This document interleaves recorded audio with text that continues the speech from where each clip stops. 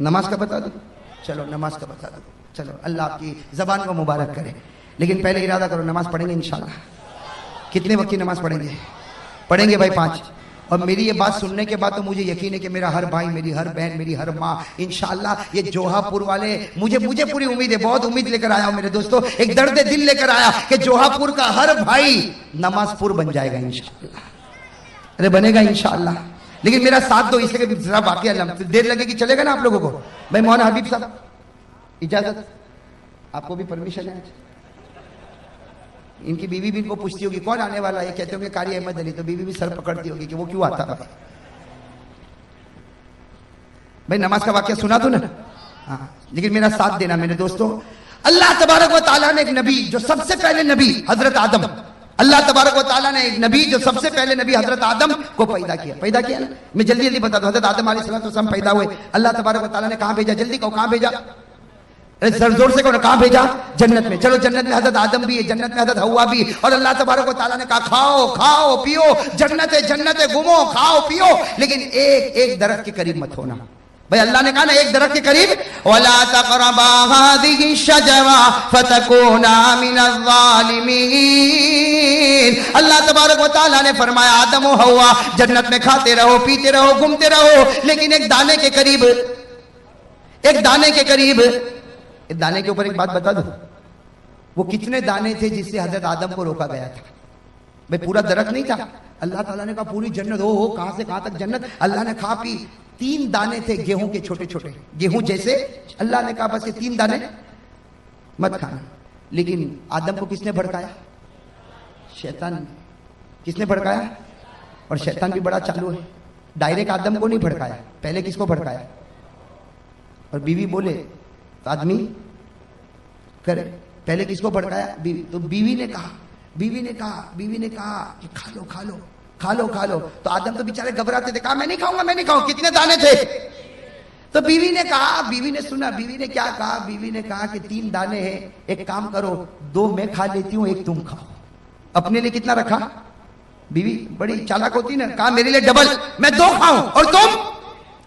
اب کیا کرے، کھا لیا۔ بیوی نے کتنے کھائے؟ 2، اور آدم نے کتنا کھایا؟ 1۔ بیوی نے عورت نے کتنا کھایا؟ ڈبل۔ مرد نے کتنا کھایا؟ تو اللہ تعالیٰ نے بھی فیصلہ کر دیا، آج جب وراثت تقسیم ہوتی ہے تو کہتے ہیں مرد کو ڈبل، عورت کو سنگل۔ ارے فیصلہ ہو گیا نا، آج جب وراثت تقسیم ہوتی ہے تو مرد کو للذکر مثل حظ الانثیین، مرد کو ڈبل، عورت کو سنگل۔ کیوں؟ اس لیے کہ تمہاری ماں نے ڈبل وہاں کھا لیا تھا۔ اور وہ حضرت آدم نے کھایا، جو دانا کھایا نا اس میں کچھ نہیں نکلا۔ سننا، حضرت آدم نے جو دانا کھایا اس میں کچھ، اشارے میں سمجھ لو، کچھ نکلا۔ اور ماں حوا نے کتنے دانے کھائے؟ ایک کو دبایا نا تو پانی نکلا، دوسرے کو دبایا تو خون نکلا، ایک کو دبایا، کتابوں میں لکھا فتح الباری میں، ایک کو دبایا تو پانی نکلا، دوسرے کو دبایا تو خون نکلا۔ اللہ تعالیٰ نے بھی کہہ دیا تو نے دانے کا پانی بھی نکالا، دانے کا خون بھی نکالا۔ اللہ نے عورتوں کی آنکھوں میں جتنا پانی دیا نا 99% دیا، مردوں کو 1% دیا۔ اس لیے دیکھا ہو نا عورت روتی کہ نہیں روتی؟ ارے آپ کی بیویاں نہیں روتی؟ تھوڑی بات میں آپ نے دیکھا وہ ایسا روتی جیسے اس کے اوپر کوئی ماتم ہو گیا ہو۔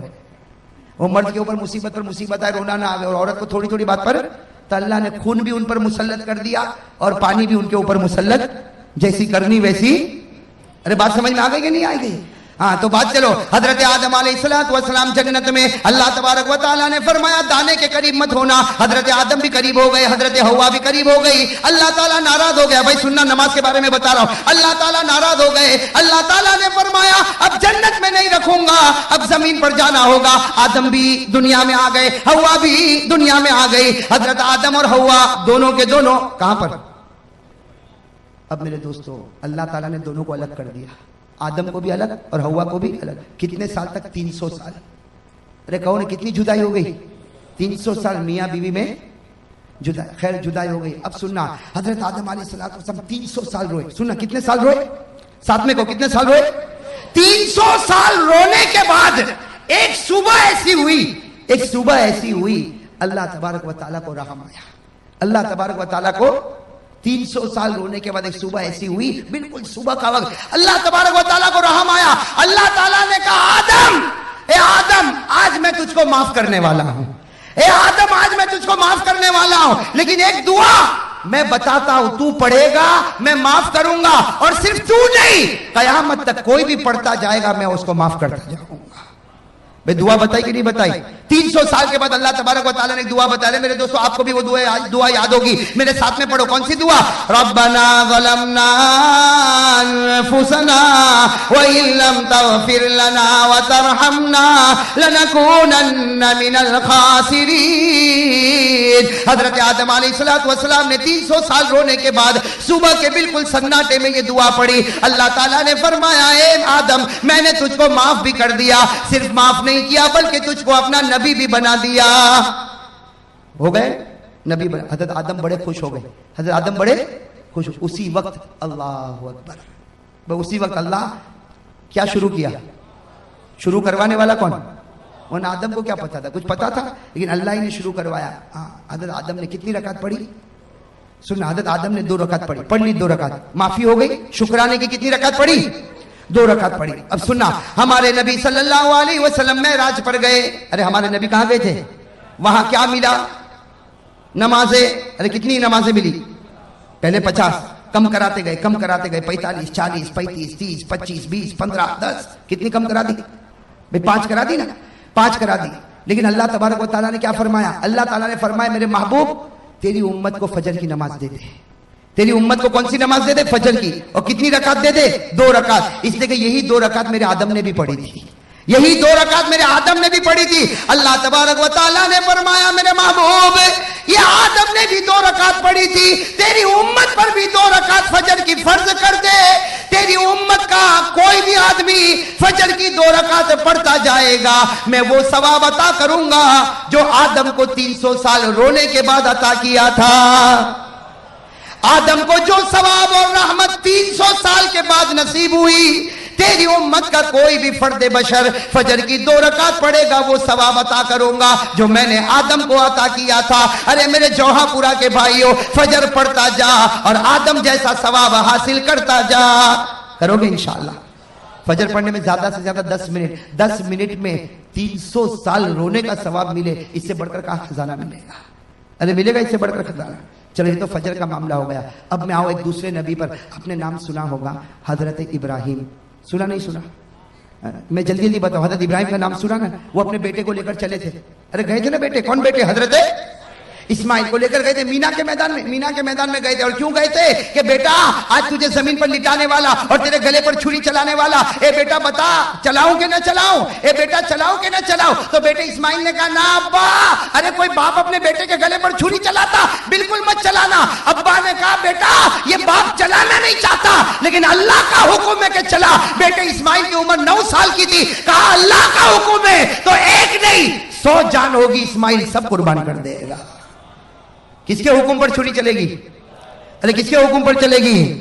حضرت اسماعیل علیہ السلام نے فرمایا، حضرت اسماعیل علیہ السلام نے فرمایا یا ابت فعل ما تؤمر ستجدنی انشاء اللہ من الصابرین۔ حضرت ابراہیم علیہ السلام نے حضرت اسماعیل کو کہاں لٹایا؟ زمین پر لٹایا۔ ارے کون ہے؟ زمین پر لٹایا، چھری تیز کر دی، چھری۔ اور تیاری بھی کیسی تیاری تھی آپ کو بتاؤں، اتنی پکی تیاری تھی کہ جب چھری تیز کی نا تیز تو حضرت اسماعیل ایسے لیٹے تھے، جیسے میں بیٹھا ہوں نا اس طرح حضرت اسماعیل لیٹے تھے اور چھری یہاں رکھ دی۔ کہاں رکھ دی؟ گلے۔ لیکن فوراً اسماعیل کی عمر کتنی تھی؟ ابا کو کہا چھری ہٹاؤ۔ ابا نے چھری ہٹائی، کہا بیٹا ارادہ بدل گیا؟ کہا نا۔ تو کہا کیوں چھری ہٹواتا ہے؟ کہا ارادہ نہیں بدلا لیکن آپ جو ذبح کر رہے ہو طریقہ اچھا۔ کہا کیوں؟ کہا مجھ کو الٹا لٹا دو اور یہاں گردن پہ چھری رکھو، مجھ کو الٹا لٹا دو۔ تو ابا نے کہا یہ کیا، کیوں الٹا لٹاؤ گردن پہ چھری رکھو؟ کہا ابا جب تم چھری چلاؤ گے یہ میرا گلا کٹے گا، خون نکلے گا، باپ تو باپ ہے، تم رو گے، میرا چہرہ دیکھ کر رو گے، میرا چہرہ دیکھ کر رو گے۔ ارے میرا ابا مجھ کو الٹا لٹا دو تاکہ تم چھری چلاتے جاؤ، خون نکلتا جائے، میرا چہرہ نہیں اللہ کا چہرہ تمہارے سامنے ہوگا۔ قربانی اسی کو کہتے ہیں کہ بندہ کرے اور اللہ دیکھے، درمیان میں کوئی بھی نہ آوے، درمیان میں کوئی بھی میرے دوستوں اتنی پکی تیاری, چھری بھی رکھ دی, الٹا لیٹ گئے, چھری رکھ دی. قرآن کریم نے کہا بات بالکل پکی ہونے والی کہ اللہ تبارک و تعالیٰ نے آسمان پر جبرائیل کو کہا, اے جبرائیل جلدی جانور لے کے جاؤ, میرا ابراہیم اسماعیل پر چھری چلائے. اس سے پہلے جانور پہنچ جانا چاہیے. ابھی تو حضرت ابراہیم چھری چلاتے کہ جبرائیل آئے, اسماعیل کو کھینچا, جانور کو رکھا اور چھری چلی. جب چلی تو حضرت ابراہیم نے دیکھا بیٹے پر نہیں چلی, کس پر چل گئی؟ اور اللہ نے کیا کہا, ابراہیم تو کامیاب ہو گیا. ابراہیم تو, اللہ نے کیا جملہ فرمایا, قد صدقت الرؤیا انا كذلك نجزي المحسنين ان هذا لهو البلاء المبين وفديناه بذبح عظيم وتركنا عليه في الآخرين سلام على ابراہیم. اللہ تبارک و تعالیٰ نے فرمایا ابراہیم تو نے سچ کر دکھایا. میرے دوستوں ہمارے نبی معراج پر, بھائی کہو ہمارے نبی. اب سننا, یہاں حضرت ابراہیم علیہ السلام نے, اب اسماعیل پر تو چھری نہیں چلی, کس پر چلی؟ تو حضرت ابراہیم خوش ہوں گے کہ نہیں ہوں گے؟ بھائی جب خوش ہو گئے, او ہو بیٹا تو کھڑا ہے, بیٹے کی جان بچ گئی اور چھری تو چلی تو جانور پر چلی. حضرت ابراہیم اتنے خوش ہو گئے, اللہ اکبر کہو بھائی اللہ. کتنی رکعت پڑھی؟ ہمارے نبی صلی اللہ علیہ وسلم معراج پر گئے اور حضرت ابراہیم نے جو 4 رکعت پڑھی نا, بالکل ظہر کا وقت تھا.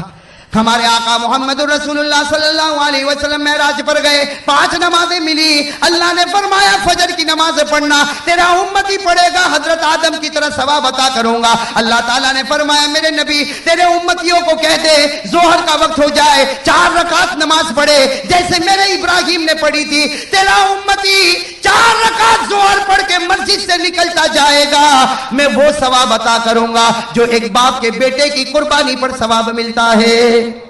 حضرت ابراہیم کو جو ثواب ملا اپنے بیٹے کے گلے پر چھری رکھنے کا, ظہر پڑھنے والے ہر امتی کو حضرت ابراہیم کی طرح ثواب عطا کروں گا. یہ ظہر پڑھ کے نکلتا ہوگا اور میں لکھتا رہوں گا یہ وہ شخص ہے جس نے اپنی اولاد کو میرے راستے میں قربان کر دیا ہے. میں تو فجر پڑھے تو آدم جیسا ثواب, ظہر پڑھے تو ابراہیم کی قربانی جیسا ثواب. چلو آگے, سن رہے ہو نا. ایک اور نبی گزرے, ان کا واقعہ سنو گے تو عقل حیران ہو جاتی. حضرت عزیر. کون؟ حضرت عزیر. یاد رہے گا انشاءاللہ, بہت سو کے نام بھی ہوتے ہیں ماشاءاللہ, بڑا پیارا نام ہے عزیر. ایک نبی گزرے حضرت, وہ ایک وادی میں چل رہے, ایک جنگل میں چل رہے.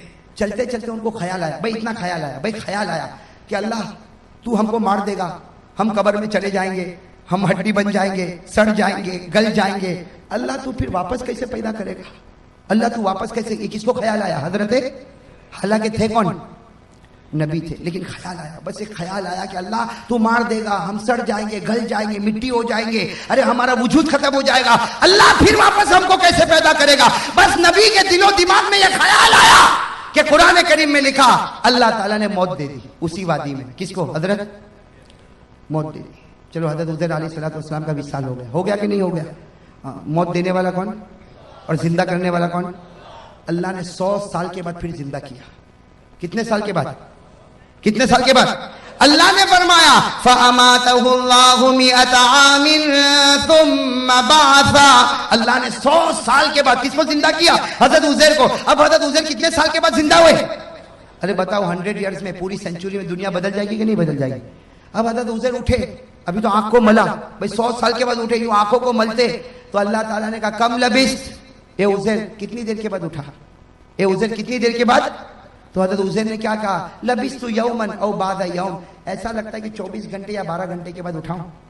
بھائی حضرت عزیر نے کیا کہا؟ ایسا لگتا ہے کہ ابھی تو سویا تھا لیکن تھوڑا لمبا سو گیا, 24 گھنٹے سو گیا کہ 12 گھنٹے سویا کہ اس سے کم سویا. اللہ تبارک و تعالیٰ نے کہا نہ 24 نہ 12 نہ اس سے کم, 100 سال کے بعد تو اٹھا ہے. کتنے سال کے بعد اٹھا ہے؟ اور اللہ نے کہا جا دیکھ باہر نکل تو معلوم ہوگا. حضرت عزیر علیہ السلام 2-4 گلی میں گئے, سمجھ گئے یہاں تو کوئی پہچانتا, ارے کوئی پہچانتا نہ, میرا گھر نہ میرا در, کچھ بھی نہیں. 100 سال گزر گئے.